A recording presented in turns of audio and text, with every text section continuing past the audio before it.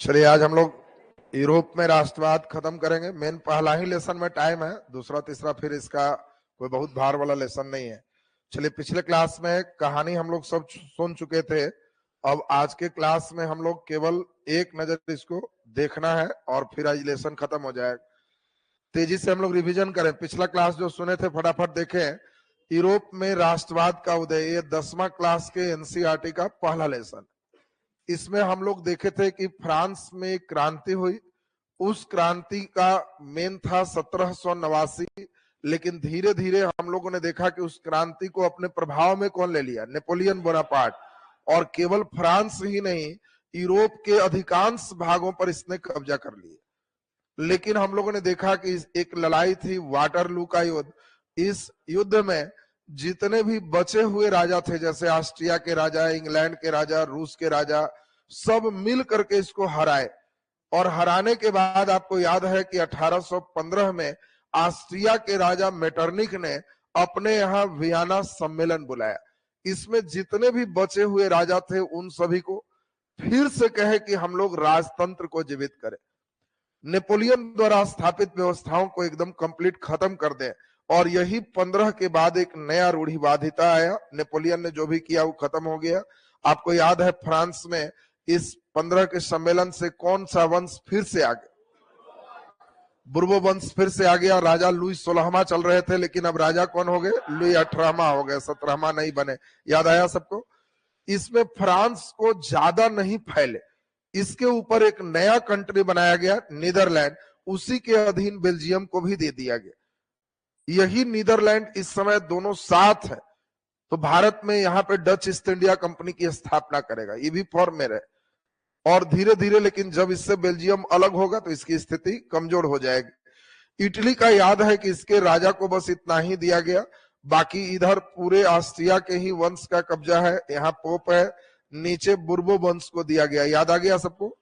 अब इसी में हम लोग देखें, नेक्स्ट था कि जो भी समानता, स्वतंत्रता और बंधुता की बात करते, उन सभी के मुक्ति के विचार को रोकने के लिए सभी देशों ने क्या लगाया? सेंसर से किसी भी अखबार में, किसी भी पत्रिका में समानता की बात ना हो, स्वतंत्रता की बात ना हो, मुक्ति की बात ना हो, ये सब नहीं छपना चाहिए।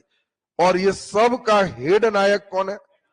मेटरनिक। और इसीलिए 1815 से एक नए युग की शुरुआत है, जिस युग को हम लोग मेटरनिक युग के नाम से जानते हैं। अब इसी में हम लोग तेजी से देखते जाएं, फिर आगे की कहानी हम लोग सुने। क्रांति का युग, दो क्रांति इंपॉर्टेंट है, एक 1830 और एक 1848। आपने पिछले क्लास में सुना, जुलाई 1830 की क्रांति के समय राजा कौन था? चार्ल्स दशम। राजा कौन है? चार्ल्स दशम। उसका प्रधानमंत्री पोलिग्नेक। प्रधानमंत्री कौन है? पोलिग्नेक। 25 जुलाई 1830 को उसने 4 अध्यादेश पारित किए, और जैसे ही अध्यादेश पारित किए वैसे ही सभी लोग पेरिस के सड़क पर उतरे।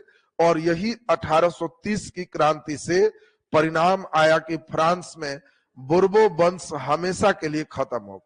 यहाँ पे लेकिन राजतंत्र रहा। आर्लिहेंस वंश की स्थापना हुई और नए राजा बनाए गए, लुई फिलिप। लेकिन लुई फिलिप ने भी अपना प्रधानमंत्री गीजो को बनाया। याद है सबको? लेकिन उसने 18 साल तक जब कोई ध्यान नहीं दिया, तो 22 फरवरी 1848 को पेरिस में एक व्यक्ति था, थियर्स। इसके नेतृत्व में एक महाभोज का आयोजन हुआ। लेकिन जब इसके भोज को कैंसिल कर दिया गया तो 24 तारीख को फिर से हंगामा हुआ, और हम लोगों ने देखा कि राजा और यहाँ प्रधानमंत्री गीजो, ये फिर दोनों लंदन भाग गए, इंग्लैंड चले गए। और सबसे इंपॉर्टेंट है, 1848 की क्रांति से फ्रांस में हमेशा के लिए राजतंत्र खत्म हो गया, लोकतंत्र की स्थापना हुई। क्वेश्चन देगा, किस क्रांति से फ्रांस में बुर्बो वंश खत्म हुआ? 30 की क्रांति। किस क्रांति से फ्रांस में राजतंत्र खत्म हो? 48 की क्रांति। वियना सम्मेलन में फ्रांस में किस वंश की पुनर्स्थापना हुई? बुर्बो वंश। 1830 की क्रांति के बाद फ्रांस में किस वंश की स्थापना हुई? आर्लिहेंस वंश। ये सब बहुत अच्छे प्रश्न। और फिर हम लोग देखें कि यहाँ पे 48 की क्रांति के बाद इधर का सेक्शन खत्म। इसी समय सबसे बड़ा बदलाव था 1815 से 1848। इस समय मेटरनिक भी इंग्लैंड भाग गया और मेटरनिक युग भी समाप्त हो गया। याद आ गया सबको? तो ये क्रांतियों का दौर हम लोगों को पढ़ना था। इस समय आपको याद है 48 की क्रांति में नेशनल असेंबली का निर्माण हुआ। फ्रांस में हमेशा के लिए क्या हो गया? गणतंत्र। 21 वर्ष से अधिक उम्र के महिला पुरुष दोनों की, खाली पुरुष, केवल पुरुष को वोट देने का अधिकार मिल गया। यहाँ पे राजा ने कहा कि हम राष्ट्रीय कारखाना की स्थापना करेंगे। सम्राट नेपोलियन तृतीय बना, नेपोलियन तृतीय सम्राट बने और यहां से मेटरनिक युग की समाप्ति हो गई। ये सभी बात हम लोग पिछले क्लास सुन चुके थे। अब आगे का क्लास हम लोग फिर देखें। इटली का एकीकरण सब सुना हुआ है, केवल हमने लिखा है कि आज एक बार एक नजर हम लोग सुन लेंगे केवल इसको।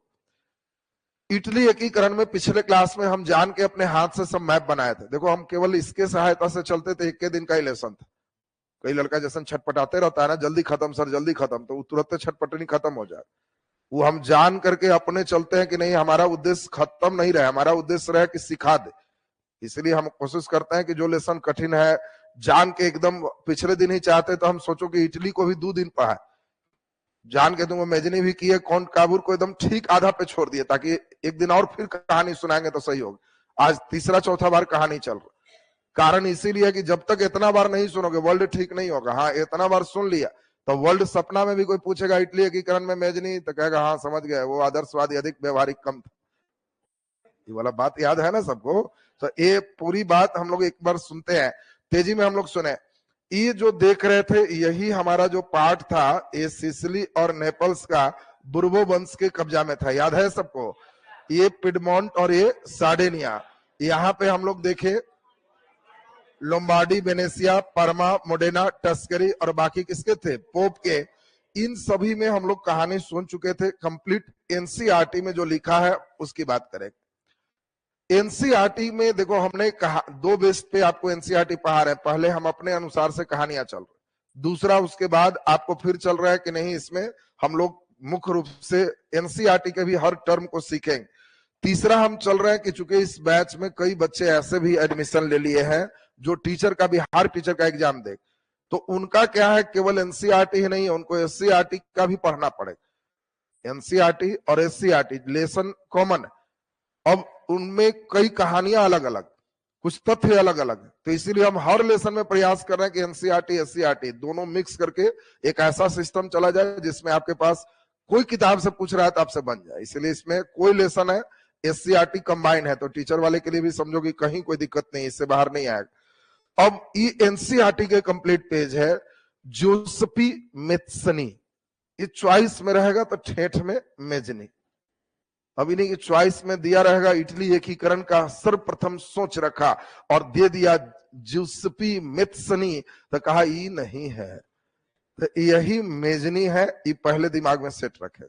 अब ध्यान दो, मेजनी का जन्म कब हुआ? ये आजकल के बदमाश सेटर लोग की अंतिम बदमाशी चल रही। आजकल क्या कर रहा है ना, सब बच्चे को पढ़ा के भेज रहे हिटलर, और कह रहा इधर आओ, हिटलर का जन्म किस शहर में हुआ? अब तुम लोग तो पढ़ा था ना, अब उसमें सोच लीजिए कि कैसे करके बदमाशी कर रहा। इसीलिए तेज बच्चे को सलाह दे रहे हैं कि एकदम पूरी बात एकदम ठीक रखेगा। मेजनी का जन्म 1807 में जेनेवा में हुआ। तो इनका जन्म कहाँ है? जेनेवा। ईस्वी कब है? 1807। तो अब दूसरी बात, आपको याद है कि जैसे ही कुछ जवान हुए, तो जवान का मतलब 30 के बाद लग गए थे। 1830 की क्रांति जब हुई तो ये भी छटपटाने लगे कि हम भी कुछ करेंगे, और 48 आते आते तो निराश होकर चल दिए। तो ये सोच लीजिए कि 30 से लग गए तो कितने साल उम्र था? 23 साल। 23 साल के एकदम जवान जिस समय है, उस समय एक गुप्त संगठन, आपको याद है, कार्बोनारी के सदस्य बने। कार्बोनारी एक गुप्त संगठन है और इनकी विचार सोच क्या थी? राजतंत्र हो कि संवैधानिक राजतंत्र। नालायक गणतंत्र के सपोर्टर थे, इसलिए राजा इनको रखना नहीं चाहते थे। क्या सुना है रे लोग, लगता है सत्यनारायण स्वामी की कथा सुन के बैठा है। आज के क्लास में एकदम चाहिए था कि हाँ सब अपडेट, पिछले दिन ही तुमको सिखाया था, मेजनी 2 दिन सुन चुका है, और मेजनी में साफ साफ बताया था कि मेजनी राजा को नहीं चाहता, वो गणतंत्र का समर्थक, और इसी कारण राजा नहीं चाह रहा था कि मेजनी रहे। कहानी याद आ गया? यस, हाँ, अंतिम में खाली ऐसे बोलेगा, बाकी पूछेंगे तो सब गड़बड़ करेगा। चलिए, अब हम लोगों को ध्यान देना है, जिस समय यहाँ नेपोलियन बोनापार्ट ने इटली पर कब्जा किया तो उसने इटली को 3 भाग में बांटा, सिस्पाइन, लिग्विनियर और ट्रांसपेडेन। इटली के 3 भाग है, ऊपरी, मध्य और नीचे। ये किसका बांटा हुआ? Napoleon Bonaparte. लेकिन जब 1815 में वियना सम्मेलन हुआ तो इटली को 7 भागों में बांटा गया। सातों तुमको याद होगा, पिडमोंट सार्डिनिया राजा होगी, लोम्बार्डी वेनेसिया आस्ट्रिया होगी, एक परमा, एक मोडेना, एक टस्करी, ये वंश होगी। फिर देखे थे पोप छठा है, और 7वां में हम लोग बुर्बो वंश देखे थे, याद है ना सबको। तो ये जो सिस्पाइन है, लुगिनियन है, ट्रांसपेडेन है, इसको 15 के वियना सम्मेलन से कितने भाग में बांटे? 7 भाग में। यही जो लिगुआइन क्रांति है जो देख रहे हो, लिगुनियन क्षेत्र है, ये लुगिरिया क्रांति सबसे पहले किया था मेजनी, और उसमें इसको भागना पड़ा। आपको बताया था बीच बीच में हमला करता था, बेचारा भागता था।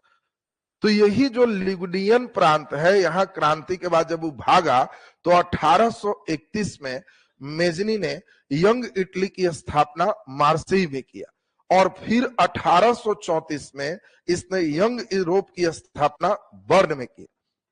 ये सब बाहर में ही किया। तो यंग इटली की भी स्थापना कहाँ है? मार्सेई। और 1834 में यंग यूरोप की स्थापना बर्न। और यंग यूरोप का मतलब क्या है? इसने कहा जो देश, पोलैंड है, जर्मनी है, सब में जो राष्ट्रवादी व्यक्ति हो, चाहते हो देश एक है, उस सब इसके सदस्य बन सकते। अब सोचो, इस स्विट्जरलैंड में रह करके यंग यूरोप की स्थापना करो। तो एक अच्छा क्वेश्चन है कि यंग इटली, यंग यूरोप, कई पुस्तक में इनकी 33 भी देते हैं, लेकिन एनसीईआरटी आपके जो है वो 34 दिए हैं। 34 डेट ही क्लियर रखना। तो हाँ, एनसीईआरटी 34 है और तुम्हारा एससीईआरटी 33 होगा। देख लो एनसीईआरटी। हाँ, तो यही तो कह रहे हैं ना, एनसीईआरटी 34 होगा। देखिए 33 है। अच्छा, एनसीईआरटी 33 दिया है, और ये आपका एससीईआरटी, इसका मतलब तब हम 34 एससीईआरटी से लिख दिए होंगे, क्योंकि हम आपके दोनों पुस्तक से ही कॉमन चल रहा है। लेकिन आपको जब समझाया था 33 से ही समझाया था, है ना, तो इसलिए 33 से ही समझाया हुआ है। एससीईआरटी से 34 लिख दिएगा, तो इसको 33 ही मान के चलना, 34 नहीं करना। तो आपको ध्यान रखिए, एससीईआरटी और एनसीईआरटी में जब कभी विवाद रहेगा तो एनसीईआरटी को वैलिड कर लेंगे। तो अब इसमें हम लोग ध्यान दीजिए, यंग, अब क्वेश्चन देखो बड़ा खतरनाक पूछेगा, क्योंकि कहानी तो सब तुम सुने हुए, अब क्वेश्चन राउंड पे आज का क्लास है। यंग यूरोप की स्थापना मेजनी ने निम्नलिखित में कहा किया? चॉइस है इटली, चॉइस बी स्विट्जरलैंड। तो अब ध्यान दीजिए, स्विट्जरलैंड जब दे देगा तो बर्न कहाँ है? स्विट्जरलैंड। सी में ऑस्ट्रिया और डी में फ्रांस जब दे देगा तो लड़के बेचारे मेजनी सुन के इटली मारे और आंसर स्विट्जरलैंड हो जाए। तो इसीलिए आपको ये एकदम दिमाग में सेट रखने के लिए इसको किया गया है।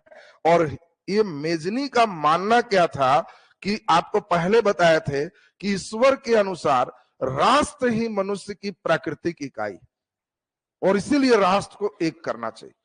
अब इस सब स्टेटमेंट दे देगा इन्वर्टेड कॉमा में, ईश्वर के मर्जी के अनुसार राष्ट्र ही मनुष्य की प्राकृतिक इकाई है। यह कथन संदर्भित है या किससे संबंधित है? आंसर क्या होगा? Joseph Mazzini. तो ये मेजनी से संबंधित स्टेटमेंट है। आपको पहले भी बताया कि यह प्रजातांत्रिक गणतंत्र का समर्थक है, और इसके सभी प्रयास कब तक हैं? 1848 तक। लेकिन फाइनली ये क्या रहा? असफल, और इटली छोड़ना पड़ा। छोड़ने का कारण? आदर्शवादी अधिक और व्यवहारिक कम।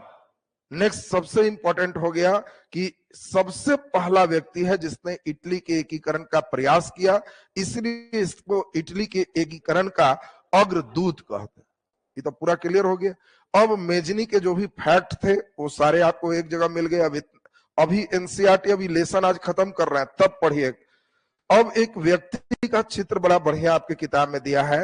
ये व्यक्ति है गैरीबाल्डी। गैरीबाल्डी को अंग्रेजों ने जान के मजाक उड़ाया। मजाक क्या उड़ाया? राजा है विक्टर इमैनुअल द्वितीय, और वो राजा को जूता पहना रहा है गैरीबाल्डी।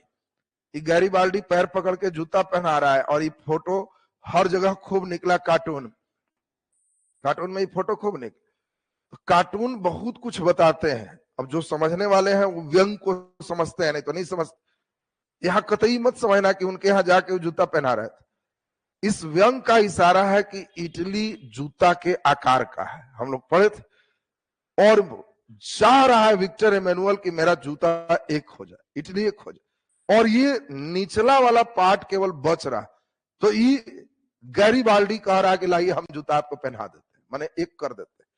तो इशारा ही नहीं समझना कि उनको खर्ची घट गया था, उनके यहाँ गए और मौजा जूता पहना।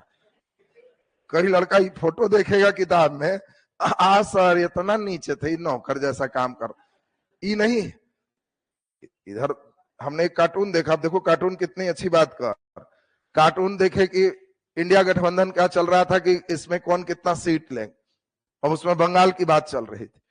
अब बंगाल की बात में हुआ कि भाई बंगाल में जितने सीट थे तो ममता बनर्जी उतनी कुर्सी लेकर के और सबसे ऊपर बैठ गई, और नीचे कांग्रेस वाले गए कि हमको, तो ममता बनर्जी ऊपर से कह रहे हैं कि नीचे से कोई एक या दो निकाल लो, उससे ज्यादा मत निकाल। तो ऊपर अपने बैठ गई है, तो नीचे से एक कैसे निकल सकता, मतलब पूरे सीट पर हम ही लड़ेंगे, तुम चुपचाप देखो। तो ये कार्टून अप्रत्यक्ष रूप से कई बात बोलते। अब आज ही नीतीश कुमार फ्लोर टेस्ट में मान लीजिए पास हुए, तो कल के अखबार में आप देखेंगे कोई ना कोई कार्टून एक जबरदस्त जरूर देख। अब वो कार्टून वर्तमान में उनके जो नेचर है उस पर एक कटाक्ष हो, तो वो जो कटाक्ष होगा एनसीईआरटी वैसा ही चित्र को खोजता है कि एक फिगर से उन सब का अंदाजा लग जाए। तो ये जो तुम देख रहे हो ना, ये चित्र उसी टाइप का है जिसको पुस्तक में स्थान दिया गया। तो ये हम जान के चित्र रखे कि कई लड़का ये नहीं समझ ले गलती से कि गैरीबाल्डी विक्टर एमेनुअल के यहाँ नौकर था, खाना देता था और जूता पहनाता था। इसका इशारा है कि इनके एकीकरण में इसने सहयोग किया। यहाँ जूता बहुत इंपॉर्टेंट शब्द है इसमें। नेक्स्ट, अब जरा हम लोग ध्यान दीजिए, ये तो हमें लगता है कि सब बच्चे का बिल्कुल मानचित्र तो एकदम क्लियर ही होगा। पिडमॉन्ट, सार्डिनिया, लोम्बार्डी, वेनेसिया, परमा, मोडेना, टस्करी, पोप का राज और दोनों सिसिली और नेपल्स, ये सब तो क्लियर है सबका। अब नेक्स्ट हम लोग ध्यान दीजिए, ये सभी एनसीईआरटी से ही चित्र लिए गए हैं। तो आपको हमने समझाया था कि 1858-59 में यहाँ अटैक हुआ था, उसके बाद 60 आते आते ही सब एक कर लिया गया, नीचे यह भी एक हो गया। यहाँ 1858 में सभी पार्ट है। आपको याद है यह कब एक हुआ? 1866। यहाँ कौन है?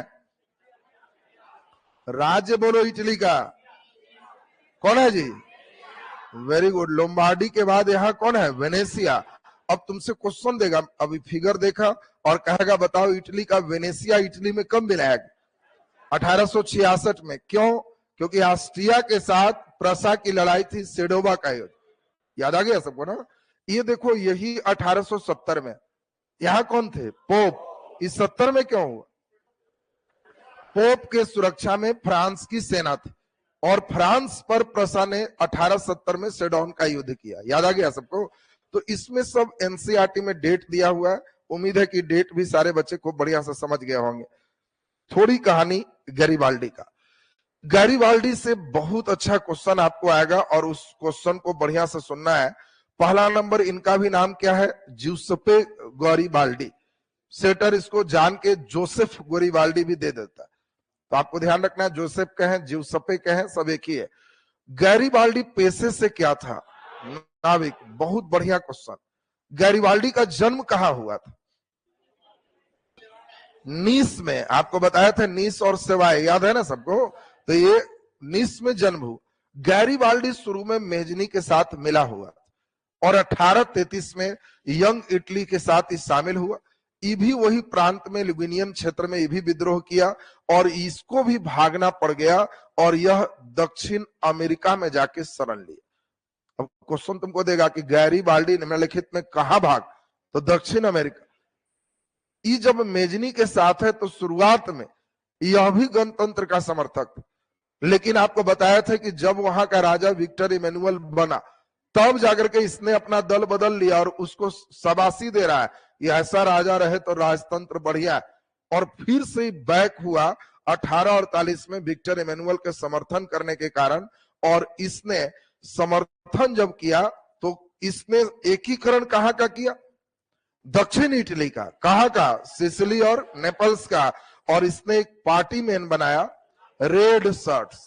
रेड शर्ट्स का मतलब लाल कुर्ती, तो लाल कुर्ती पार्टी है। और पहली बार इसने दक्षिण में 1000 लोगों का अभियान किया। 1000 लोग हमारे अभियान में चलो, ये है एक्सपेडिशन ऑफ द 1000। तुमको ये सब क्वेश्चन देगा, एक्सपेडिशन ऑफ द 1000 निम्नलिखित में किसने चलाया।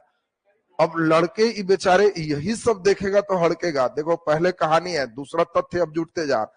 अब जैसे ही आएगा एक्सपेडिशन ऑफ द 1000, कहोगे वो 1000 लोगों का अभियान, और ये चलाया हुआ किसका है? गैरीबाल्डी। गैरीबाल्डी ने इटली के एकीकरण में उपयोग किया सोच का, ताकत का, कूटनीति का।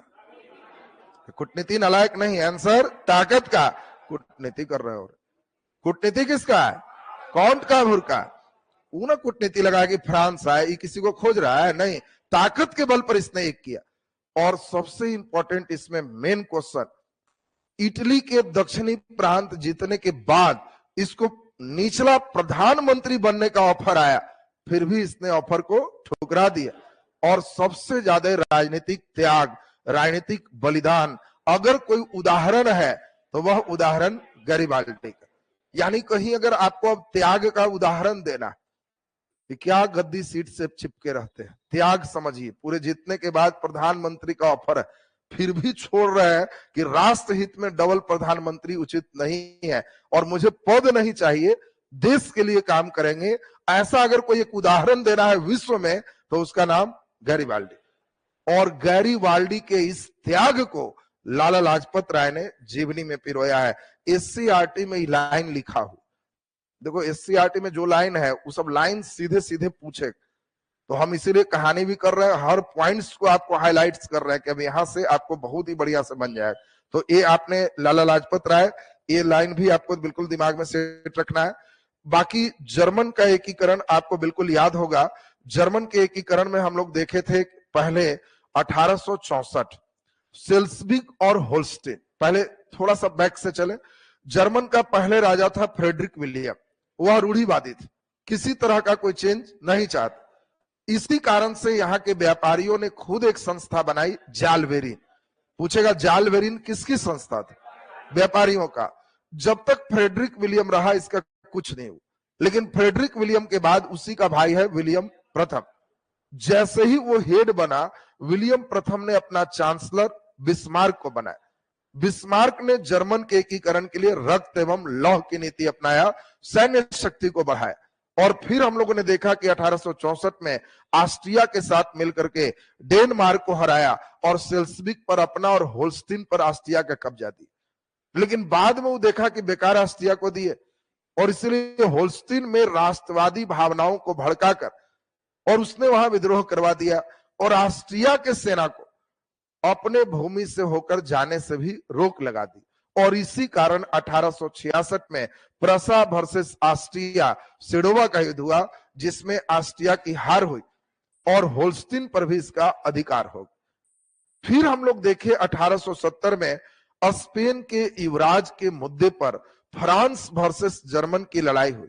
इस लड़ाई को सिडोन का युद्ध कहते, और इस सिडोन की लड़ाई में फ्रांस की हार हुई और 1871 में फ्रैंकफर्ट की संधि हुई, जिसमें एक यूरोपीय शक्ति का अंत और दूसरे यूरोपीय शक्ति का उदय हुआ और विश्व का सबसे मजबूत देश जर्मन हुआ। जर्मन चांसलर बिस्मार्क को गुप्त संधियों का जन्मदाता का याद आ गया सबको। अब यहां से कहानी का प्रसंग आगे बढ़ रहा है। एनसीईआरटी पुस्तक में यूनान और हंगरी पर कुछ ज्यादा नहीं लिखा। हमने पहले भी बताया कि 10वां क्लास को जिस विशेषज्ञों की टीम ने लिखा है अच्छा नहीं लिखे। एनसीईआरटी है का मतलब ही थोड़े बहुत बढ़िया लिख दिया, अच्छा लिखेंगे तो अच्छा कहेंगे। उससे बढ़िया एनसीईआरटी 9th में उन लोगों ने ध्यान दिया। तुम खुद ही देखोगे जर्मन का एकीकरण एनसीईआरटी पढ़ोगे, कोई सवाल ही नहीं उठता कि बच्चे को समझ में आ जाए। वो तो इतना गंभीरता से कहानी किताब चला है, तो उनका 5 लाइन में खत्म है, जर्मनी खत्म हो। इटली एकीकरण 6 लाइन में खत्म, 6 लाइन में उनका मेजिनी भी खत्म है, कौंट काबूर भी खत्म है, गैरीबाल्डी भी खत्म। 6 लाइन में कितना ज्यादा खींच के लिख दिया गया, वो समझ लो इग्नू वाला बीए वाला नोट्स हो। 10वां क्लास के बच्चों को चाहिए था एक कहानी पैटर्न। उससे ज्यादा बढ़िया SCERT वाले ने लिखा है, उनका थोड़ा सा ज्यादा डिटेल रहा, लेकिन हम तो चूंकि दोनों मिक्स करके पढ़ा रहे हैं, इसलिए टॉपिक खाली हेडिंग मार दिया तो बस वो काफी है, बाकी हम लोग खूब बढ़िया से उसको समझ लिया। अब इसमें ध्यान से समझना है, यूनान के बारे में हम लोग को थोड़ा सा पढ़ना है, और इसलिए यूनान को ठीक से समझिए। यूनान की राजधानी कहाँ है? एथेंस। सबसे पहले वर्ल्ड में ओलंपिक यहीं शुरू हुआ था, विश्व का पहला ओलंपिक एथेंस में, ये यूनान की ही राजधानी में हुआ। यूनान बहुत ही भाग्यशाली देश रहा। इस यूनान में इतने विद्वान लोग जन्म लिए कि इसको यूरोपीय सभ्यता का पलना कहा। पलना समझते हो? झुलुआ, झुलुआ है, पूरे सभ्यता यही झुलुआ झूला, बाल अवस्था यही है। यहां इतने विद्वान पैदा हुए कि यूनान के ज्ञान विज्ञान और साहित्य की बात अगर कहे तो ये पूरे यूरोप के लिए एक प्रेरणा के स्रोत थे। जो भी बड़े बड़े वैज्ञानिक नाम सुने होंगे, थेल्स, पाइथागोरस नाम सुने हो, तो ये सब थेल्स, पाइथागोरस, आर्किमिडीज सब यूनान के। इनिशियल मैक्सिमम वैज्ञानिक यूनान के ही रहे, और वहां के लोगों ने जो साहित्य में लिख दिए, बाकी यूरोपीय देश उसको सीखे। वहां के लोगों ने जो विज्ञान में दिया, बाकी यूरोपीय देश उसको सीखे। इसलिए एक ऑब्जेक्टिव क्वेश्चन आएगा, किस देश का ज्ञान विज्ञान और साहित्य अन्य देशों के लिए प्रेरणा के स्रोत थे? तो यूनान है। और यूनान एक ईसाई कंट्री थी, और इस पर बाकी सभी ईसाई कंट्री, जैसे इंग्लैंड एक ईसाई कंट्री है, जैसे हम बात करें फ्रांस ईसाई कंट्री है, बात करें रूस ईसाई कंट्री है, सब ईसाई कंट्री। अब ये सभी ईसाई कंट्री बड़ा गर्व करते थे कि देश देखो हमारा ईसाई पूरे यूरोप को कुछ ना कुछ दिया, तो यूनान। लेकिन बाद में हुआ क्या, मुस्लिम कंट्री तुर्की ये यूनान पर कब्जा कर लिया। अब यूनान है ईसाई कंट्री, और इस पर अधिकार किसका है? तुर्की का। ये मुस्लिम कंट्री।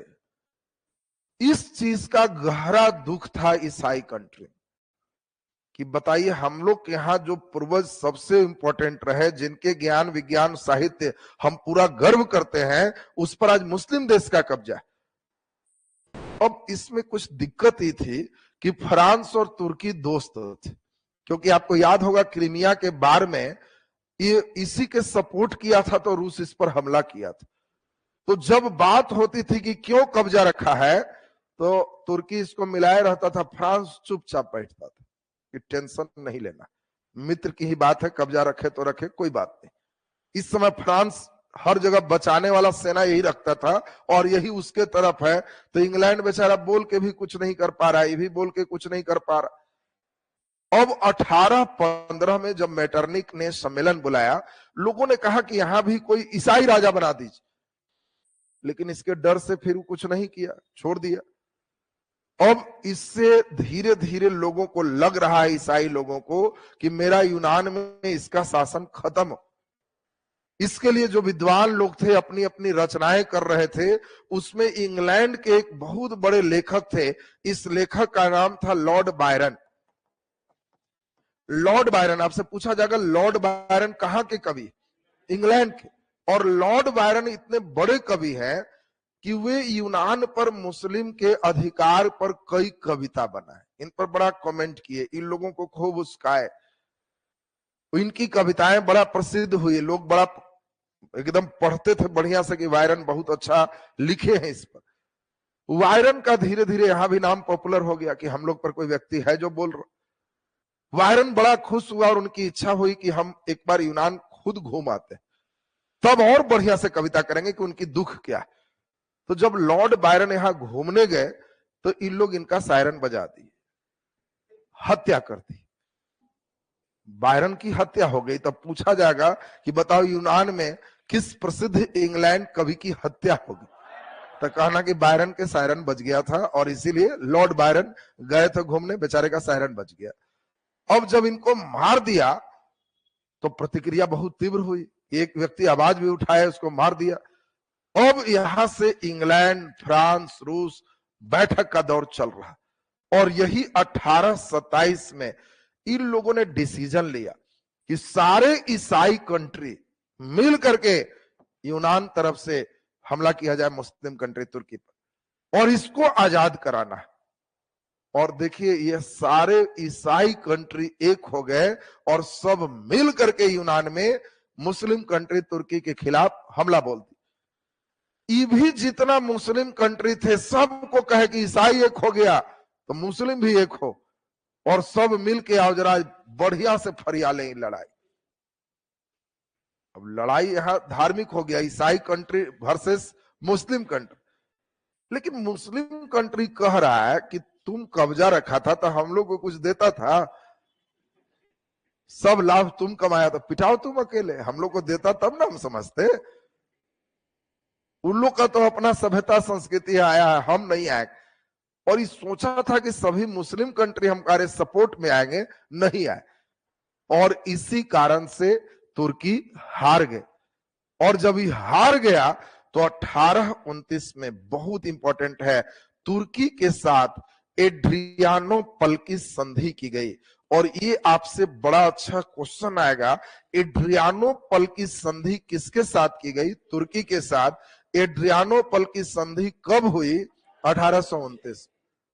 देखिए बहुत अच्छा प्रश्न है, एड्रियानोपल की संधि कब हुई? 1829। एड्रियानोपल की संधि किसके साथ हुई? तुर्की।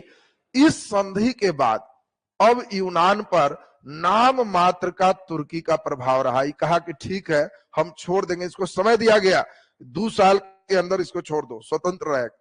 और यही एड्रियानोपल की संधि के बाद 1832 में यूनान स्वतंत्र हो गया। आपसे पूछा जाएगा यूनान स्वतंत्र कब हुआ? 1832। और यूनान का एक शासक बना ऑटो। 1832 में यूनान के राजा का नाम क्या है? ऑटो। तो अब जितने फैक्ट हैं लास्ट बार सुनो, ये सब बढ़िया फैक्ट है, सीधे क्वेश्चन उठे।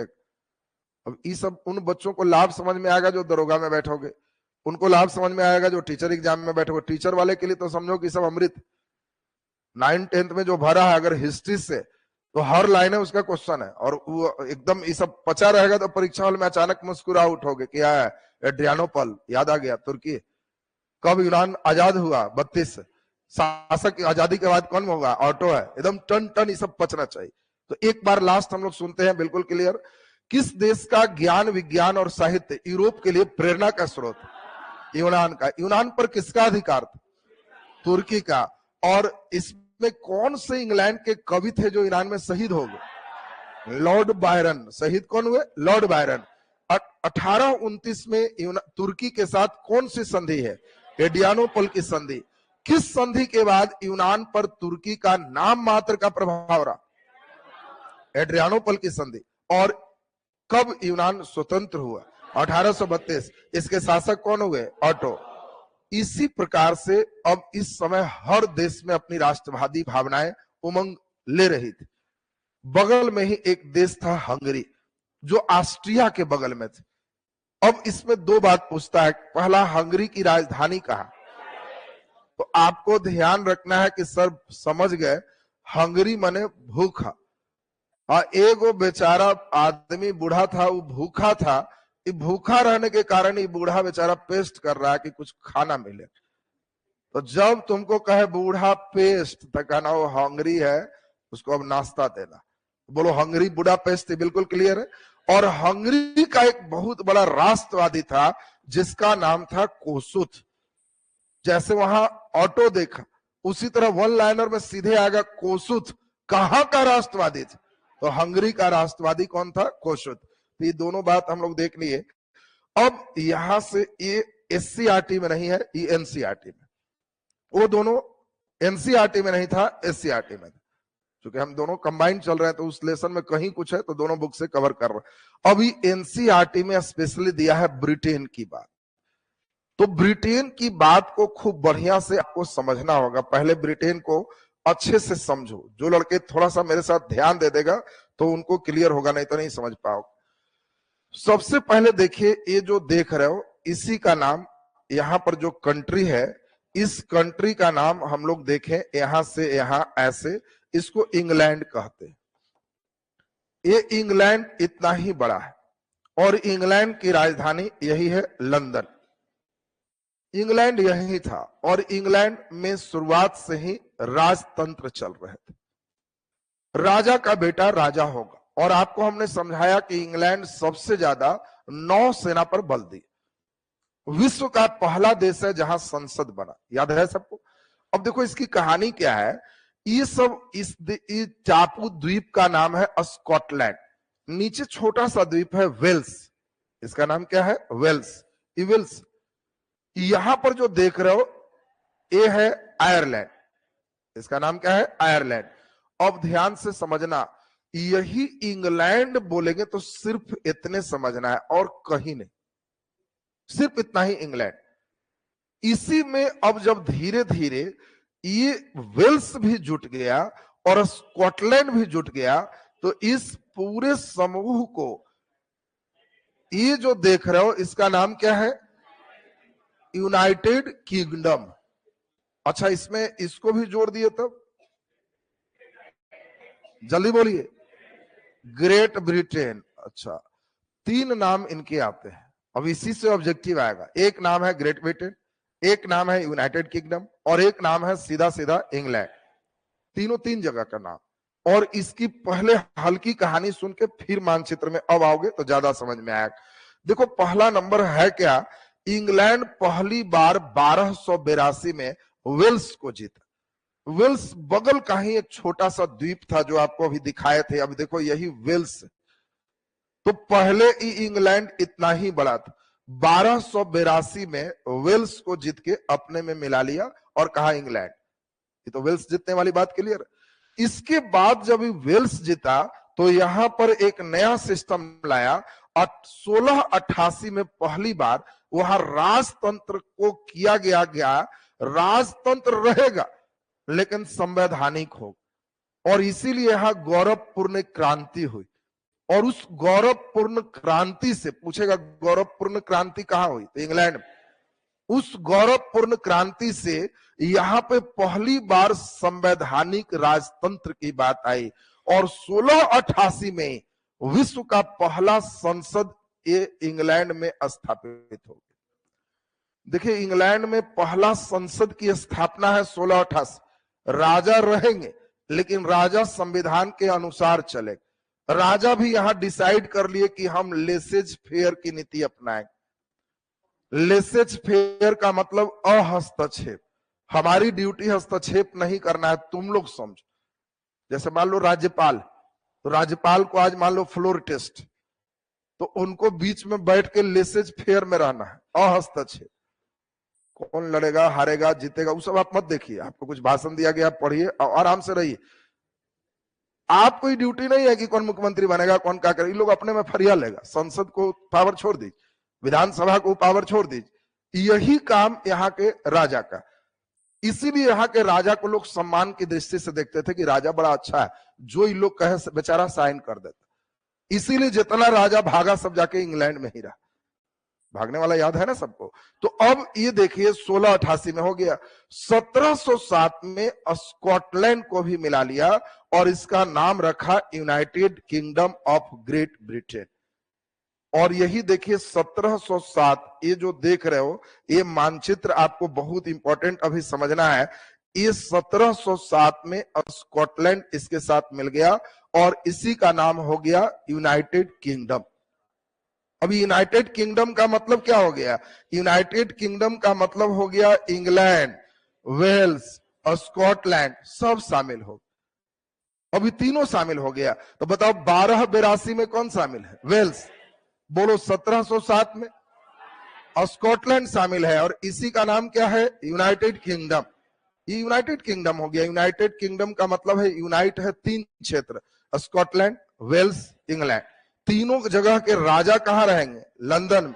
सारे सिस्टम यहां चले और तीनों इसके अधीन चले। अब यही जो तुम देख रहे हो ये लास्ट फेज आपको समझना है। 1801 में आयरलैंड को भी इन्होंने अपने में मिला लिया और आयरलैंड जब मिल गया तो बोलो इसका नाम क्या हो? Great Britain. और यही इनका राष्ट्रीय गान हो गया, God save our noble king. हमारे नोबल किंग को गॉड बचा के रखे।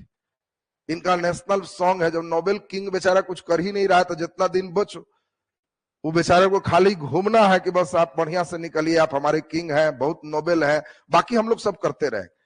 और इनका ये राष्ट्रीय गान बना। ये आयरलैंड को भी 1801 में यही शामिल कर लिए। दोनों ही पार्ट इसमें जो देख रहे हो 1801 में ये शामिल हो गया। अब ये जब पूरा हो गया तो बताओ जल्दी, यूनाइटेड किंगडम और प्लस आयरलैंड जुट गया, तो बोलो इसी का नाम क्या है? Great Britain. अब देखिए 3 भाग में हो गया। अब कहीं भी आप जो सुनते हो इस सारा सिस्टम इसी पे रहता है।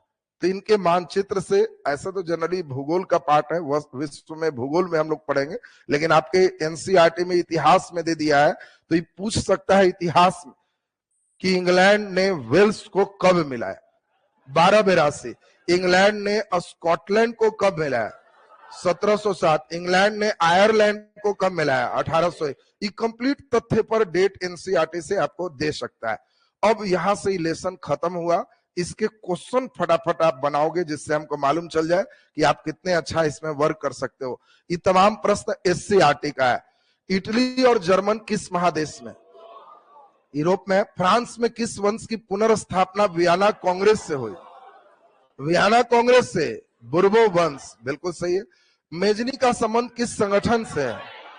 कार्बो नारी से है। इंग्लैंड और जर्मनी के एकीकरण के विरुद्ध कौन था? सॉरी, इटली और जर्मनी के एकीकरण के विरुद्ध कौन था? ऑस्ट्रिया। काउंट काबूर को विक्टर इमैनुअल ने किस पद पर नियुक्त किया? काउंट काबूर को विक्टर इमैनुअल क्या बनाया? प्रधानमंत्री बनाया। Very good. गैरीबाल्डी पेशे से नाविक था। जर्मन राइन राज संघ की स्थापना नेपोलियन बोनापार्ट ने किया। तो आंसर नेपोलियन बोनापार्ट। चलिए नेक्स्ट, अगले प्रश्न की बारी चले। जालवेरिन किसकी संस्था थी? बोलो, जालवेरिन किसकी संस्था है? व्यापारियों की। रक्त लौह की नीति कौन अपनाया? आंसर बोलिए, बिस्मार्क। फ्रैंकफर्ट की संधि कब हुई? 1871। 71 ना फ्रैंकफर्ट, अरे 70 में तो लड़ाई ही चल रहा था। 1871। यूरोप वासियों के लिए किस देश का साहित्य ज्ञान विज्ञान प्रेरणा के स्रोत थे? आंसर क्या होगा? यूनान। 1829 में एड्रियानोपल की संधि किसके साथ हुई? तुर्की के साथ। कुछ फिल इन दी ब्लैंक वाले अगर भरते हो तो मतलब बुद्धि ठीक है। पहला क्वेश्चन सुनो ठीक से, तब हमको लगेगा कहानी को तुमने ठीक से सुना। डॉट डॉट डॉट के युद्ध में एक महाशक्ति का पतन और दूसरे का उदय हुआ। कौन युद्ध में? सेडोन की युद्ध। Very good. सेडोवा का युद्ध कब हुआ? कब नहीं है, सेडोवा का युद्ध डॉट डॉट डॉट और डॉट डॉट डॉट के बीच हुआ। सेडोवा है तो प्रसा और आस्तिया के बीच हुआ। प्रसा और आस्तिया के बीच। 48 की फ्रांसीसी क्रांति ने किस युग का अंत कर दिया? मेटरनिक युग का अंत कर दिया। याद है ना सबको? वेटिकन सिटी के राजमहल में पोप रहते थे जो इटली के एकीकरण से बचा रह गया। उसका एकीकरण नहीं हुआ। पूछेगा इटली के एकीकरण में किसका एकीकरण अंत तक नहीं हुआ? Venezia, Vatican city. आंसर क्या होगा? Vatican city. उसका एकीकरण नहीं हुआ। यूनान को एक स्वतंत्र राष्ट्र घोषित करने के बाद बावेरिया के शासक डॉट डॉट डॉट को राजा बनाया गया। ऑटो को राजा बनाया गया। अभी जस्ट हम लोग सुने थे। हंगरी की राजधानी बुडापेस्ट है। लास्ट वन है मैचिंग। ये अंतिम बुद्धि का जांच है। मैचिंग अगर बना रहे हो सब ऑब्जेक्टिव के सेक्शन में सीधे चला जाएगा। बोलो, मेजनी को किससे मैच करें? अच्छा चलो, हीगेल को बोलो पहले। दार्शनिक। हीगेल ने किस तरह का सिद्धांत दिया याद है? हीगेल के सिद्धांत से प्रेरित कौन था? बिस्मार्क। बिस्मार्क प्रेरित था। और पूछे बताए थे भी आपको कि सभी तानाशाहियों के जनक कौन है? हीगेल है। एक हो गया। Victor Emmanuel. जर्मन चांसलर कौन था? बिस्मार्क। बस 50-50 अब सोचना है।